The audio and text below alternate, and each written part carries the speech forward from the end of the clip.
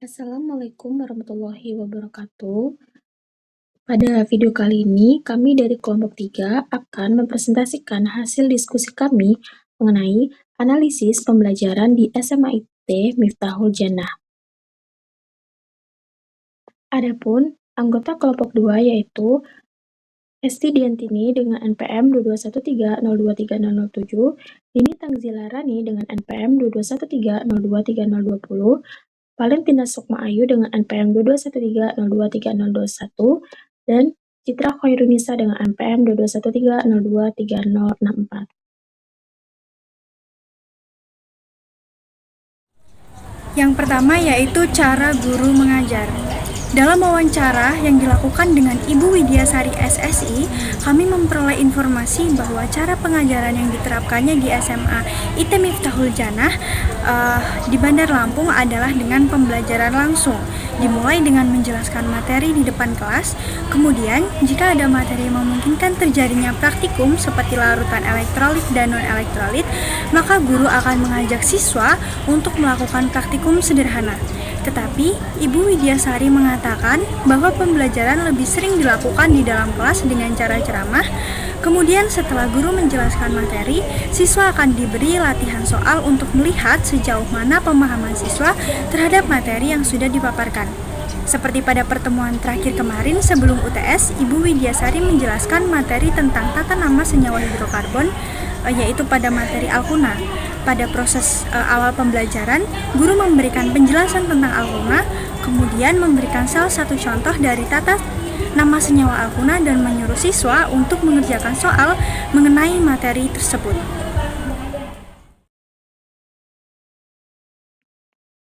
Selanjutnya, media yang digunakan saat mengajar di SMA, yaitu di SMA IT Miftahul Jannah Bandar Lampung. Berdasarkan wawancara dengan guru kimia di SMA IT Miftahul Jannah Bandar Lampung, media yang digunakan dalam pengajaran kimia di SMA IT Miftahul Jannah Bandar Lampung meliputi buku-buku yang sesuai dengan materi dan kurikulum, yang berfungsi sebagai referensi bagi siswa untuk membaca dan memahami konsep serta mengerjakan latihan.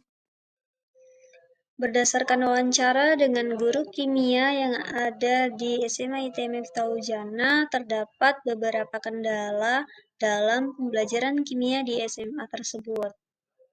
Untuk kendala yang pertama yaitu kurangnya sarana dan prasarana laboratorium, termasuk tidak adanya ruang laboratorium dan bahan-bahan praktikum yang kurang lengkap.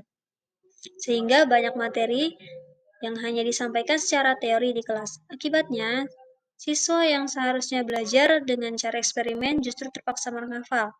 Meskipun mereka merupakan siswa jurusan eksak, hanya beberapa materi yang dapat dipraktikkan.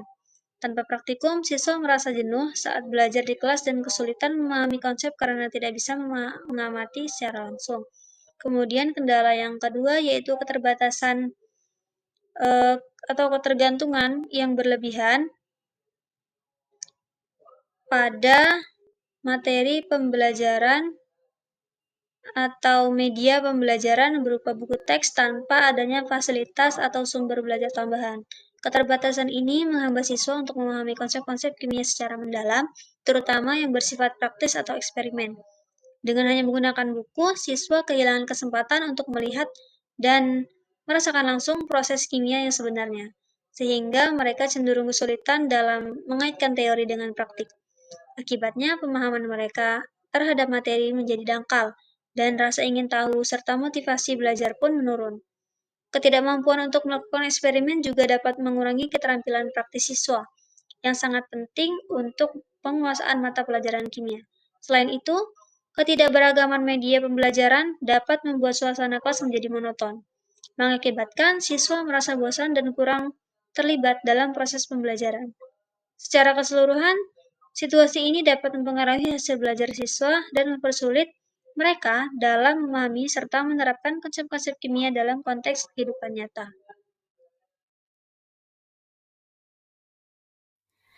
Selanjutnya yaitu solusi dan perubahan paradigma pembelajaran. Yang pertama yaitu mengadopsi metode pembelajaran yang lebih aktif dan interaktif.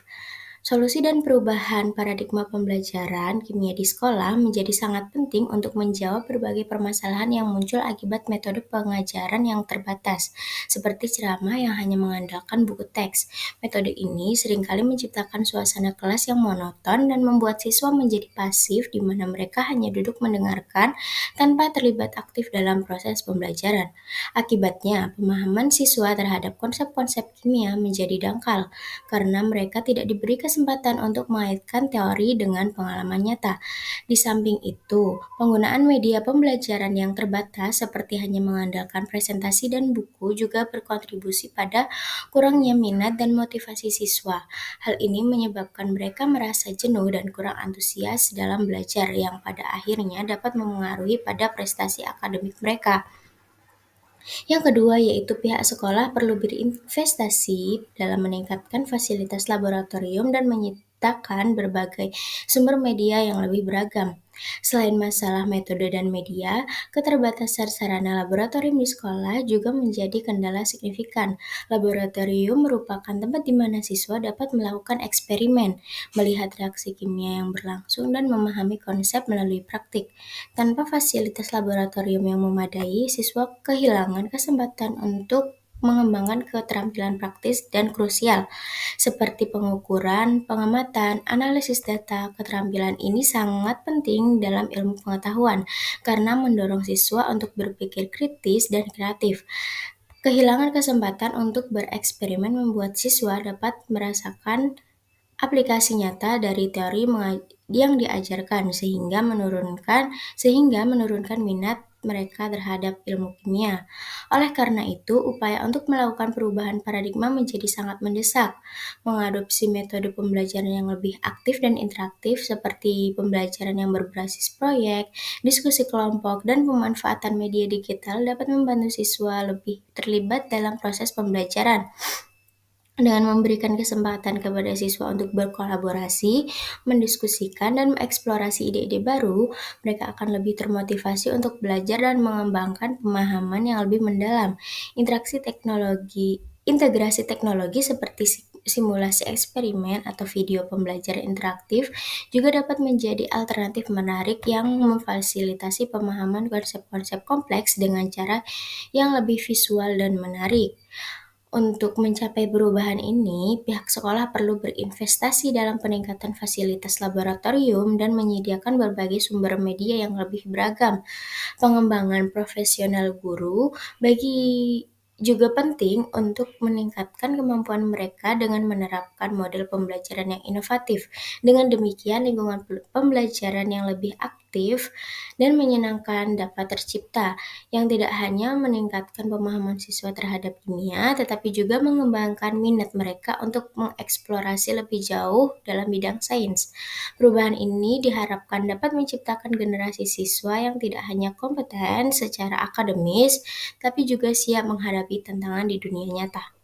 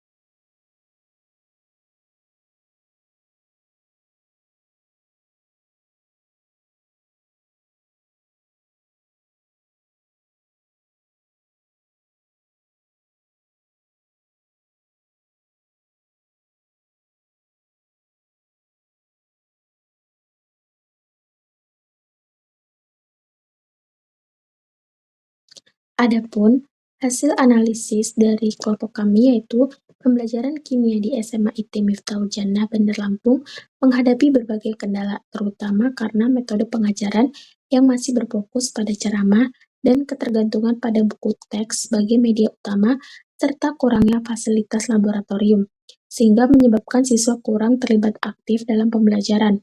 Untuk mengatasi masalah ini diperlukan perubahan paradigma pembelajaran yang lebih interaktif dan praktis, termasuk adopsi metode berbasis proyek, penggunaan teknologi, dan peningkatan sarana laboratorium.